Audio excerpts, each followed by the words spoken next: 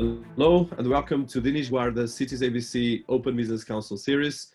And we are here for another fantastic talk and profiling, and as well a friends engagement. I think especially this series are ways of collaborating with friends and people all over the world, but as well ways of portraying and profiling some people that I find amazing, that I find in my journey, but some of them that we find by accident. So welcome today to Wit Sumathavanit. Actually, I never tried to pronounce your second name properly, but I'm trying. So welcome to the series, Wit. Hello. So, well, you're getting there and pronouncing good. it, so you need to come to Thailand to learn that, hopefully. To learn it. So how do you spell it, just before we start? It's Sumathavanit. Sumathavanit. Okay, I'll try. Very Okay. good. So Wit Sumathavanit is a business and thought leader. And as he says, he's a student of many things. Wit is a meditator, a maker, a diver, a reader, a writer. And he's as well built a no-code and automate platform that is witwonder.com.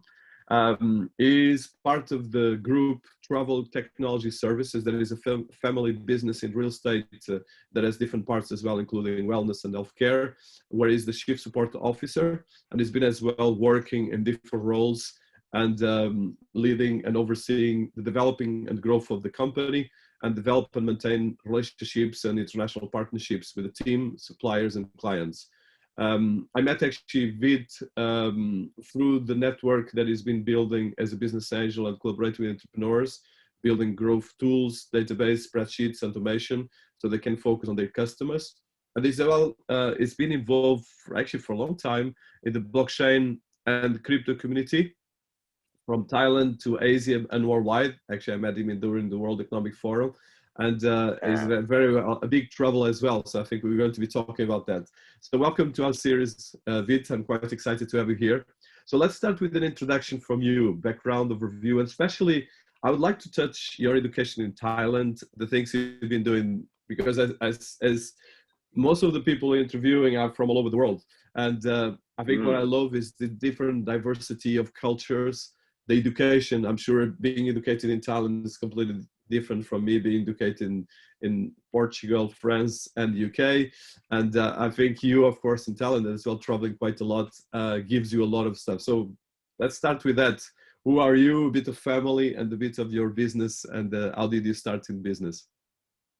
So I grew up in Thailand in the family business of travel tech. So we do high-end corporate travels all over the world, and so I've been like traveling since I was really young. So I think like I have like early exposure, but I've been like studying in Thailand for like, let's say, until the end of year 11, and then I went to year 12 in the UK for A levels, and then I went back home to basically like get on the family business full time. So I've been like working since I was like 17. So and I've been reading a lot of books since I was around 13, 14. So reading like all the different books, and like some of them like basically like are like I was looking for like those books that's basically like, you know, change your mindset, everything kind of, and open up the world, which I would say like one of the more influential one was 4 Hours Work Week by Tim Ferriss, because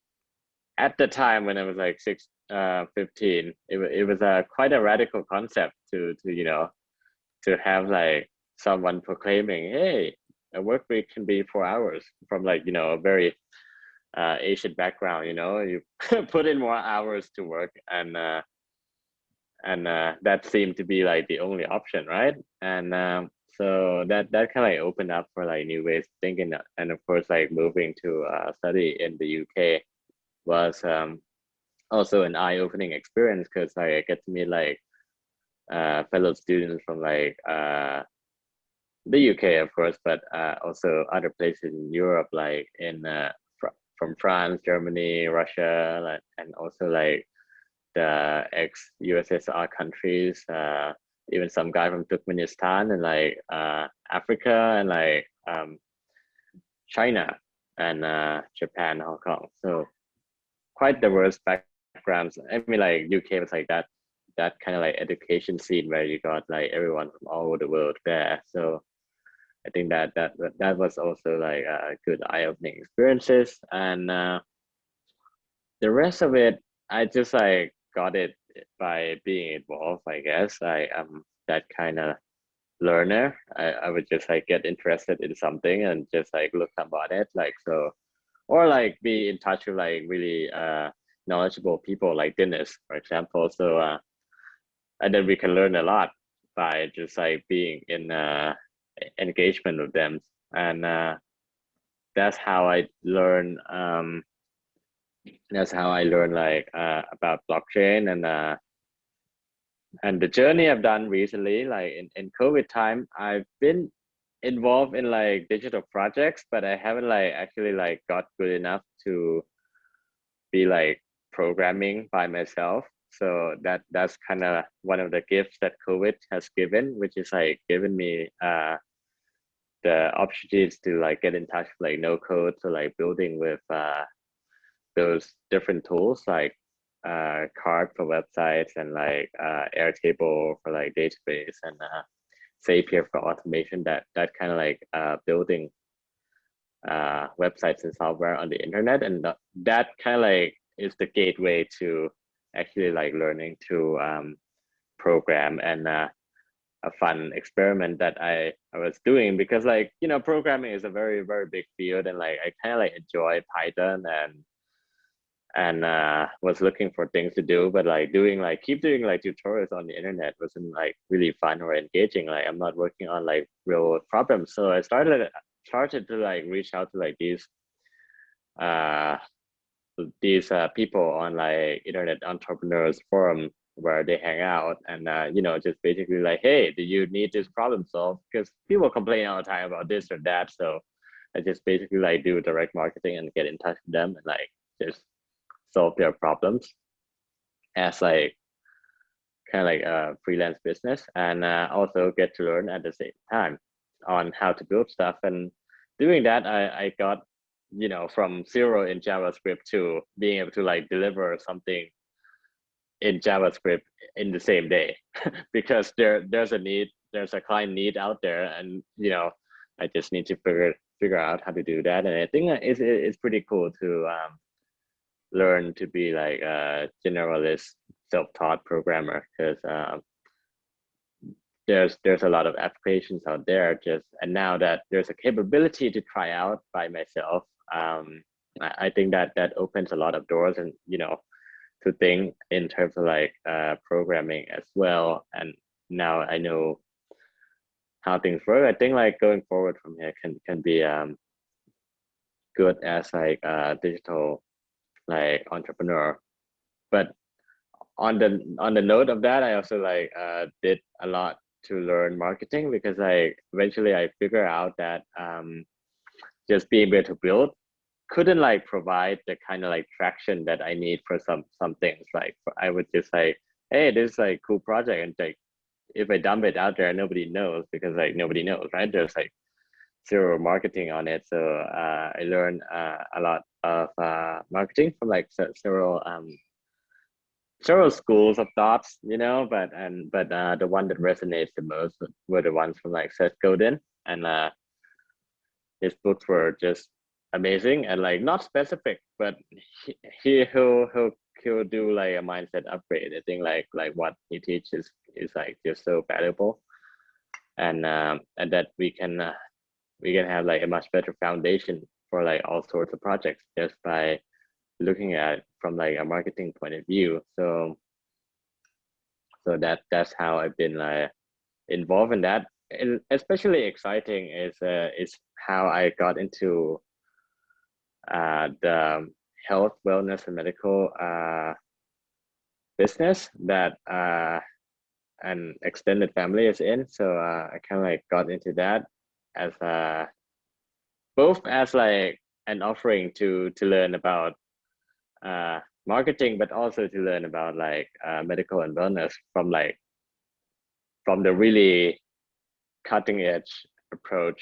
I didn't like expect to find myself in like circles and to be like having coffee with like, like GI tract guts and brains expert of the world, or like people who are into like iPS stem cells, who are like have been like existence of like Nobel Prize laureate in like stem cells and stuff. So the kind of people that is like now in my circle is just gotten a lot more interesting suddenly in a new field. So I feel that coming in as an outsider from a non-medical, non-wellness background, it's pretty exciting to be jump from there and to like keep building on a background knowledge to be able to like actually like understand and engage with like people in this field. And they're pretty excited. There's people coming in too. So I think there's a lot to that. So that's me on education. Oh, very good. So I have a couple of questions. So I know that you are as well. So first of all, let's start with Thailand. So I think, of course, Thailand is one of the top destinations of tourism in the world. And people, I think they know about Thailand mostly because of the exotic locations, the tourism, but they don't know so much about doing business in Thailand, and especially someone like you that is from a family that has quite substantial assets, but as well someone that has a very international reputation. You created as well. I did mention that in the bio. I don't know how is it going, but you were as well creating the Rubric Partners. Okay. It was a very interesting project. So a bit of that background. How do you start both from your family to the entrepreneur world, and as well the involvement you've been having with blockchain and crypto, because you were actually quite involved from the beginning. And I think the work you did with Jason in terms of Rubric, and as well the work from Thailand to the world. So I think these three levels, I think would be interesting to look at that.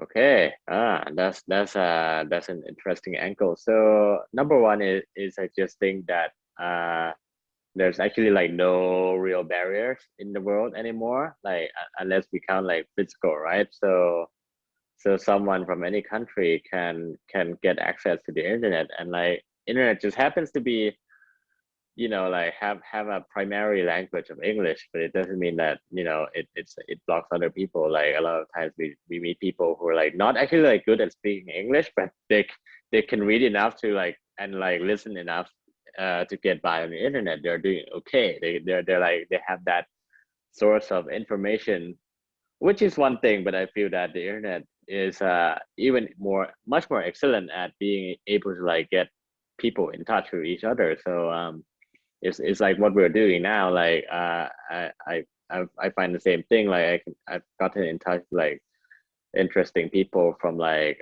different parts of the United States, Europe, and also Southeast Asia and Mexico from just back and forth with the internet. Like because I think like there's just full of interesting people out there for you to meet, and not in traditional ways. Like maybe you thought like, oh, someone who's like a great programmer must have been like from like computer science background. It turns out that there's that guy who works as a chef in like as a day job. He's a head chef, and then like at night he has a side hustle and he builds like internet business, which is not something you expect as a combination, but they exist out there. And and the thing with Thailand is just that I think on paper they don't make it easy to decipher like the what do you call it, like the business logic of Thailand. It's not easy to say, okay, this is how much we value business. This is how easy it is to do, because I think like as you find in like many traditionalist countries, there can be a lot of love for bureaucracy and all this kind of things that can be very difficult for like foreigners to navigate, or even like for Thais to navigate. Like if you don't know how to do things a certain way, maybe it's not possible. But for somebody else, it might be possible if they know which channels to go. But what I find is that Thailand actually like wins the heart of the people, and like and I feel that that's the strongest asset of Thailand, because so recently I've been going to Phuket a lot, and even before that Dinis would know the story. So like Jason kind of like got himself to Thailand, you know, and that's how we met, you know, in Bangkok. So Thailand just attracts people, maybe not with like, you know, 100% logic reason, but it's Thailand, right? Let's try something in Thailand. And I'm also like in touch with like several like internet entrepreneurs, and you know, they happen to be, you know, like digital nomading or something. Like they have like successful online businesses, and they just keep going, you know, like Indonesia, Malaysia, Taiwan, Vietnam. But you know, like eventually like some of them land in Thailand and just decide to make it their home base, you know. Even though we have like not a very good like support for it, like officially, in like there's like no government plans to like support digital nomads, but they show up anyways. We don't even need to try. So I think that that's an asset, and if only we give them like better tools, I feel like Thailand would be really really important in the space, because we already win the people's heart. We just like we need like the logic part as well to give them like even more reasons to come to Thailand. And to extend on that, I find, so recently I went to Phuket a lot, and the residential side of Phuket is very different from like touristy, because like before I've always been to Phuket just on the touristy side, but turns out that Phuket is like very cosmopolitan. Like you go to a French restaurant in Phuket and it's literally Paris. Is that level, and you have like real French owners, real French chefs, and you know, and they're really passionate, and like at the level that's like not found in Bangkok. I would say is the cosmopolitan level of Phuket is just like world class. I've been to like 73 countries in the world, and Phuket is like very notable.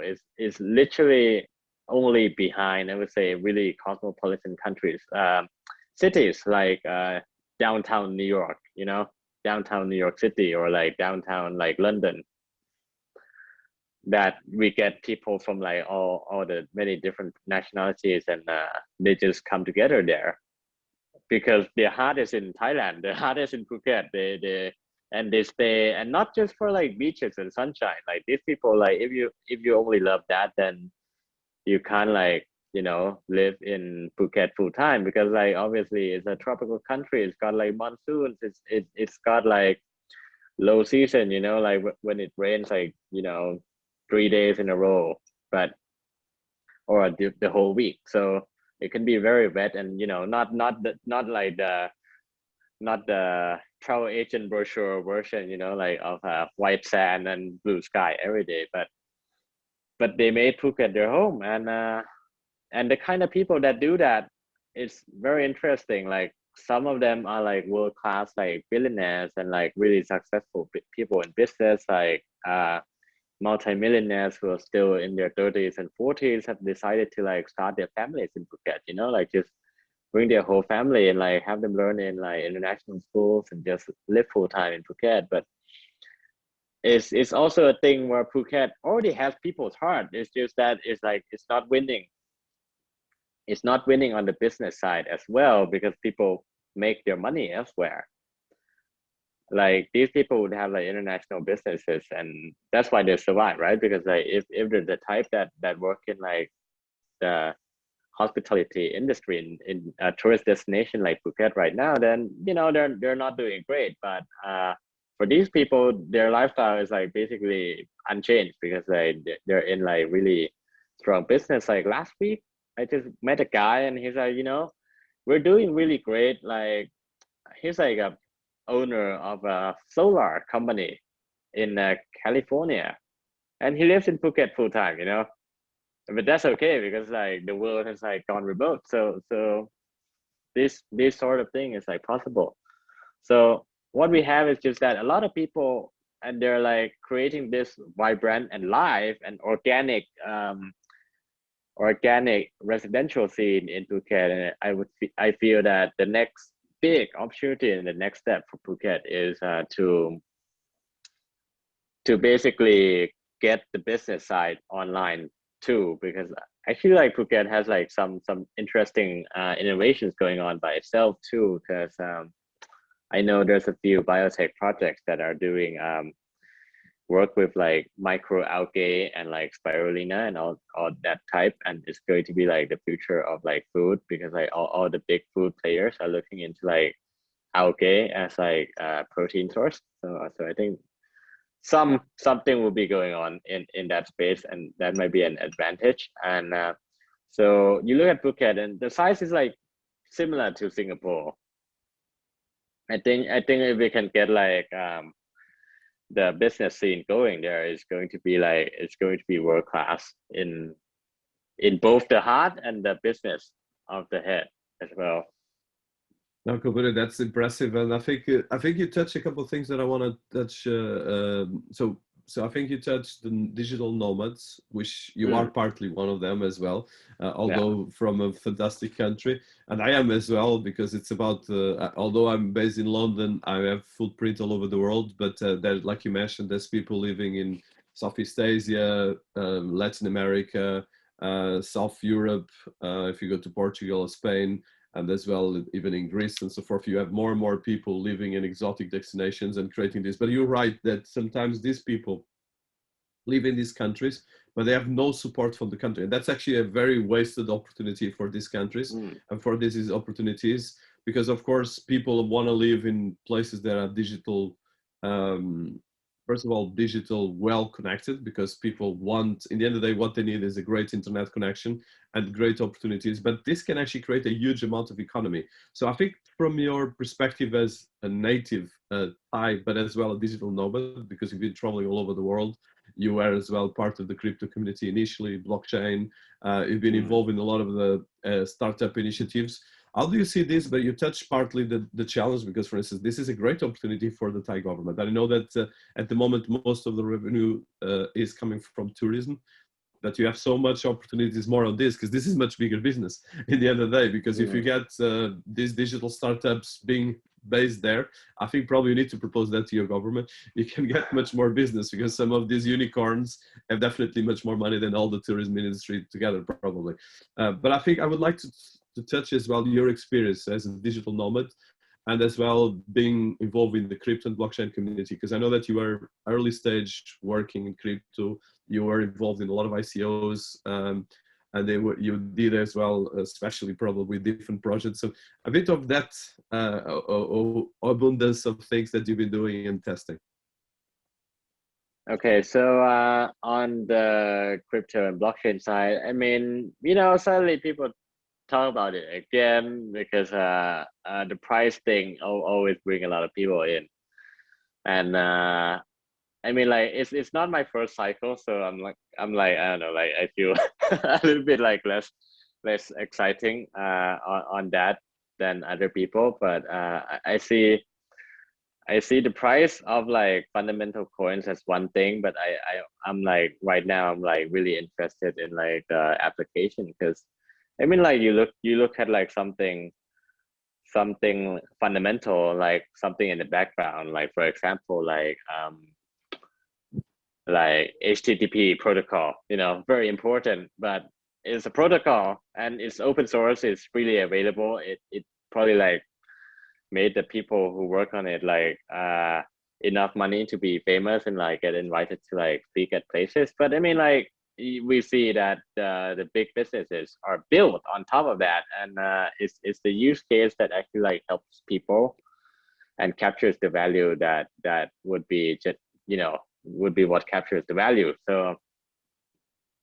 So I feel that there's still a lot of space in that. I mean, like we look at the traditional like software startups, and it looks like, oh, there's like nothing after the .com, right? But after the .com, there's like Facebook, and even Facebook created like a Farmville created like billionaires out of like Singa, like as a game company, just one thing.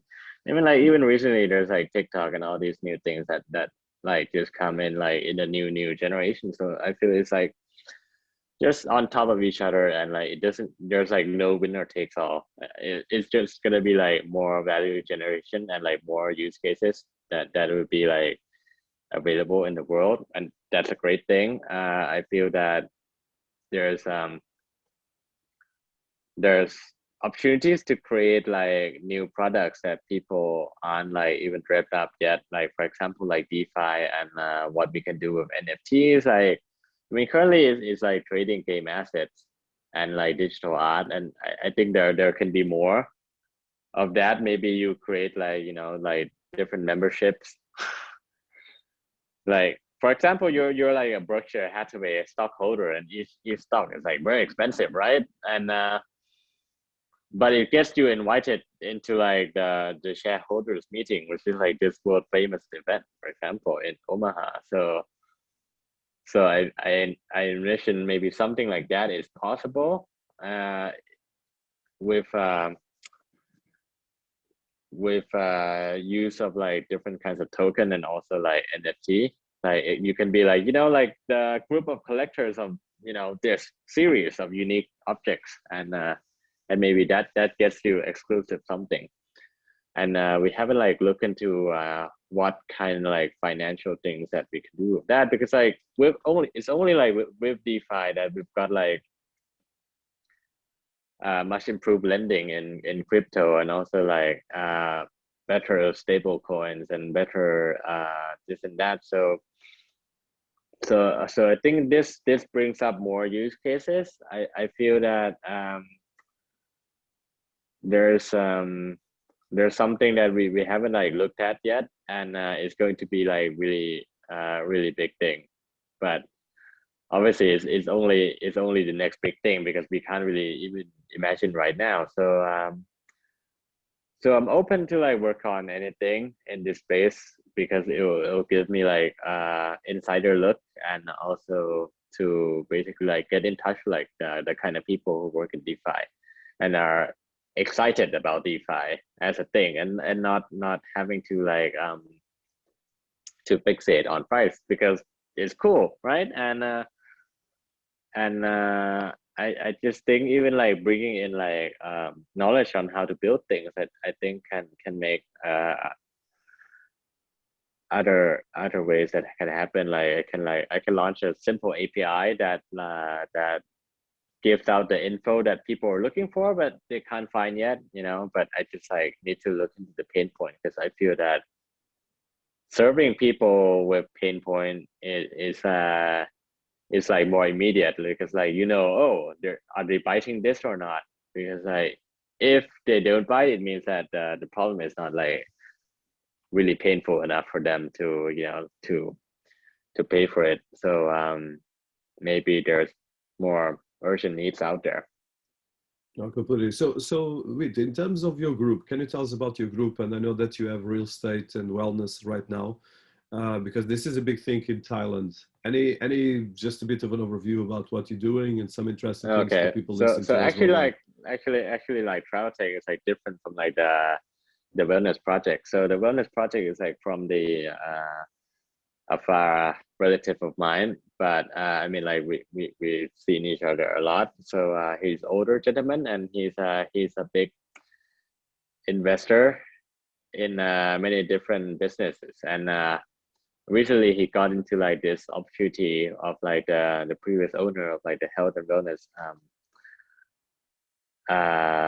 business, and like basically like got really interested, and like they hit off as owners, and I think the chemistry is there, so they kind of like so they got the deal done fast, and that's where I come in. Like I came in pre closing, so I got to myself to see how things are, and to actually like see the bigger the bigger vantage point on real estate in Phuket as well, because we basically like drove around the island a lot, and just like see a lot of like basically like businesses gone bust, or just like for sale uh plates everywhere around the island. And I see there's opportunities there, because we've just basically got like thousands upon thousands of hotel rooms that are just not being filled up at all, and like have no hope to be filling up anytime soon. And I think Phuket will need to like reinvent itself, and eventually we're gonna like figure out what to do with all these like glass, steel, and concrete in the island, because we're gonna like they're like the businesses on the island would need to decide whether they want like mass tourism back or not. Maybe if we're not gonna like have to like operate on the same level of having millions upon millions of travelers coming in every year to make a living, right? Maybe there's more sustainable ways, because that takes a huge toll on the environment, and that creates a lot of trash, a lot of like energy energy problems, water, and etc. It's just a really tough on a little island to have like millions of visitors coming in, and not all of them like geared towards like being like conscious and sustainable. I think like there's room to be just pro sustainable first, because that's actually like the asset that we have. That's the reason that they come to Thailand, is because we have this wonderful tropical paradise thing going on here. We have mountains. There's on the island, we have like really big mountains. We have like wildlife. We have like birds. We have like, you jump in, you walk in the beach and you see real actual sea turtles, and it's still real. And this is what we have. And but what happens if we just keep thinking about the bottom line, and we forgot about like the environmental cost? Like we have like the PP Island that's like so famous, like a huge chunk of it will be closed for a long time to tourists, and the corals are so damaged. I don't even know like 50 years is enough time to like start growing them back, because these things have been growing for like centuries, millenniums, like thousands of years, for it to get to that kind of like thing, and it like get destroyed by mass tourism. So we need to look at like what kind of economic impact does that mean? Because it could be that some fishermen would just like, for example, they catch a shark and they sell it on a market for a few $100s, and it makes him a few $100, which is a lot of money for him. But every single shark we have in the city, it brings in many scuba divers around the world to come and see sharks in the sea, right? And the economic value that creates is a lot. So actually, like having pristine nature is an asset in itself, and I feel that we need to be a lot more serious about taking care of that, and that ties into real estate, like and that's an interesting point for me, because personally I haven't like been like super involved in real estate, and all the thing that I've done, I don't feel that is I've seen better. For example, I know people who are really good at real estate can make a lot more than my attempts, and even our family attempts in general. And I would gladly learn more, but I feel that hard asset is one thing, and I feel that we don't always need that so much hard asset in the future. Like I'm talking about like with like a very very big like hospitality influencer. Like he's a very big guy and travel very long years of experience, and just still in that fiery mode of like wanting to do cool and interesting stuff in the space and in Thailand. And he's seeing the future to be more of like micro resorts. So when Amanpuri, the world famous resort, opened up in Phuket as like the first Aman resort 30 something years back, and they're like the 5-6 star luxury resort with like just 70 rooms, or 40, 50, I don't know, like not a lot. And everyone laughed at him because they thought, like luxury means that you do like a 4 seasons Mandarin Oriental with like big marble and chandelier and like hundreds of rooms. And that's the luxury travel business. And then that guy did it, and got it built into like big brands. It's like I think now they have like more hotels than Mandarin Oriental. So maybe he's done something right. And like now we have this guy who's like saying it's gonna be even more remote and micro than that, because one of the things that we see and like especially hit hard during COVID season is because big resorts, you have like a lot of capital investment, and you have like maybe bank loans, you have like a lot of fixed costs just to maintain it. You have to pay the guy to like, you know, climb out the coconut tree to like cut down the coconut, otherwise it, you know, it falls down really far and like damage on everything. So there's fixed cost in that to hire the coconut cutting guy. So that guy never goes out of business. Every single resort needs that guy in Thailand.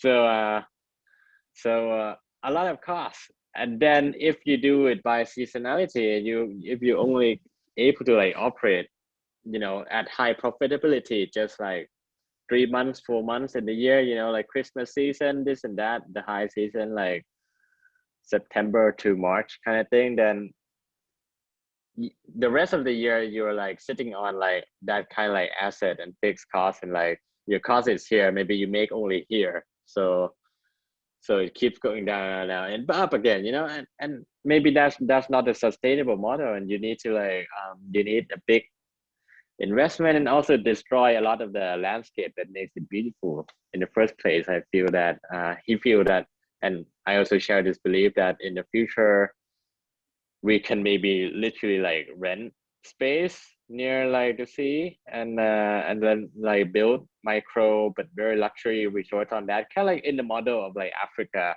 And I always feel that Africa has like done this seriously. They preserve the environmental resources really well. Their resorts are luxurious. They target in the high end. They don't do mass because they can't really do mass tourism, but every people that they attract love animals, and they will not be, you know, throwing plastics or like beer bottles around in, you know, the Masai Mara and stuff. Like everyone who goes like are targeted to love animals. So and the environment. So I feel maybe some of that model to do like, you know, like a non-permanent tent, you know, but very luxurious one, and like build that around very exotic locations, just because I also feel that local is luxury, you know, to get people in touch with like the real Thailand, the real nature and communities of Thailand, and get them immersed in that feel. People will value that more than to stick them in like the tourist location and they walk out and see, you know, all the other hotels and it's doing the same thing and everyone's a foreigner and nobody is speaking Thai. So that's the challenge as well of luxury and as well building things in emerging markets or in markets that are slightly different. But I think this is kind of the biggest challenge with the world economy. So one of the last questions that we passed 1 hour of it. So how do you see COVID and the opportunities right now that are happening? Because I know that this is disrupting. You just mentioned the challenge just on production, culture, and as well modernization of different industries. But this is actually accelerating much more right now with COVID, because of course everyone has to be digital, and the ones that are not digital won't be able to survive, even big groups, because you need to be able to attract people in a different way. So if you're a small business that is not digital, you will be struggling. And as well, at least most of the discussions right now is that a lot of governments are restricting traveling unless people are vaccinated, so how do you see that? Because I think this is going to be a big thing for the traveling industry, for the special all these industries. So I think it's really a big thing right now. So I think I just want to hear your opinion as well. Okay, let's hit on vaccination first. So I think we have like different vaccines, and also now many different strains of the virus. And so and you know, being in touch with like people who are like very in depth in the medical side, and they're like private sector guys, you know, like they're in it. Everyone knows business. So so the sentiments and also like the kind of like the main thought is just to wait and see. I think like it's the big thing, and also that there can be more promises than actual rewards, right? Because, like actual like results going on. Because I mean, I think like we've been talking about vaccines for a long time, and like even in countries that have started like that have like already like vaccinated a lot of people, like it's not really well under control. And like turns out that the countries that don't do a lot of vaccines, for example, like in Asia, we're doing much better, like COVID wise, than the rest of the world, I feel right now. So there is that going on. Policy wise, is at least in Thailand, is they brought up a lot of politics. That's why it's like moving very slowly compared to other countries, and will probably like be one of the later ones from Asia to be vaccinated, because they can't really agree on anything like that at the moment. But the private sector, they're more like open-minded. I mean, like they're exploring what if they import their own vaccines and get it to like all the hotels and basically like get them to vaccinate all their staff, for example. What happens, right?